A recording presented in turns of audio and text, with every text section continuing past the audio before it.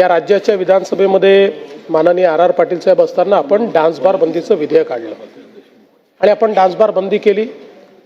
त्यानंतर सर्वोच्च न्यायालयाने ते आपलं विधेयक हे निरस्त केलं। ते निरस्त केल्यानंतर मी मुख्यमंत्री असताना पुन्हा आपण नव्याने विधेयक काढलं आणि पुन्हा डान्स बार बंदी केली। पुन्हा ते सर्वोच्च न्यायालयामध्ये गेलं आणि सर्वोच्च न्यायालयाने ते निरस्त करताना त्यावेळी हे सगळे जे डान्स बारचे मालक आहेत यांनी त्या ठिकाणी असं सांगितलं की आम्हाला डान्स बार नाही, आम्हाला ऑर्केस्ट्रा बार चालवायचे।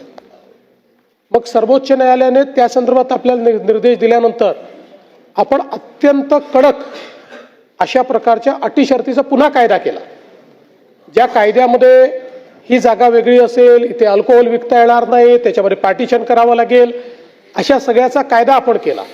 पुन्हा सर्वोच्च न्यायालयाने तोही कायदा आपला निरस्त केला। पुन्हा आपण नव्याने काही नियम केले आणि ते नियम त्यानंतर मात्र सर्वोच्च न्यायालयाने आपले नियम बाह्य केले नाही। त्यामुळे मुळात तर या सभागृहाचा जो उद्देश होता तो पूर्णपणे 100% बंद करायचाच होता, पण दुर्दैवाने सर्वोच्च न्यायालयाने हे घटनाबाह्य आहे आणि त्याच्यात त्यांना अधिकार आहे अशा सगळ्या गोष्टी केल्या। पण आता कोणालाही लायसन्स डान्स बारचा नाही, आता ऑर्केस्ट्रा बारचा लायसन्स आपल्याकडे आहे।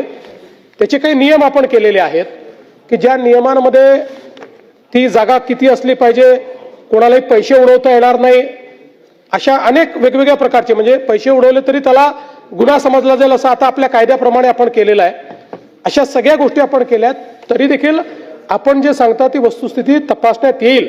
कारण आमच्या इकडे अनेक वेळा अशा तक्रारी येतात की ऑर्केस्ट्रा बारच्या नावाने काही लोक डान्स बार चालवतात, किंवा आता ऑर्केस्ट्रा बारमध्ये तिथे महिलांना काम करण्याची मुभा आहे, परवानगी आहे, ती कोर्टाने दिलेली आहे, पण त्याचा काही ठिकाणी दुरुपयोग देखील होत नसेलच असं मी म्हणत नाही। मला निश्चितपणे वाटतं की एवढं शक्य आहे। त्यामुळे आपण जे पनवेलचं सांगितलेलं आहे त्याची तपासणी पुन्हा एकदा केली जाईल।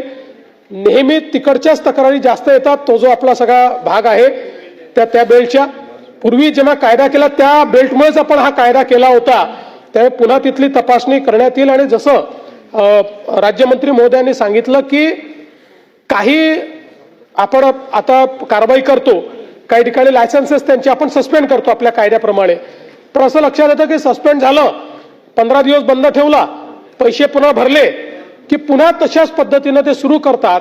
त्यामुळे कालच आम्ही त्याचे आदेश दिलेले आहेत की एकदा सगळ्या निर्णयांची तपासणी करून त्यांना जी काही फेअर सुनावणी असते किंवा प्रिन्सिपल ऑफ नॅचरल जस्टिस असतो याचा एकदा नीट विचार करून 3 वेळा किंवा 5 वेळा असं काहीतरी एक आपल्याला ठरवावं लागेल की जर त्यांचं उल्लंघन झालं तर मात्र मग त्यांना परमनंटली ते बंद करण्याचा कायद्यामध्ये तरतूद करायची। तर त्या संदर्भात काल आमची बैठक झालेली आहे। त्या बैठकीनंतर लॉ अँड ज्युडिशियरीला तसं सांगितलंय, आमचा प्रयत्न असेल की याच अधिवेशनात किंवा फारदर पुढच्या अधिवेशनापर्यंत कायद्यामध्ये अशा प्रकारची तरतूद आम्ही करणार आहोत।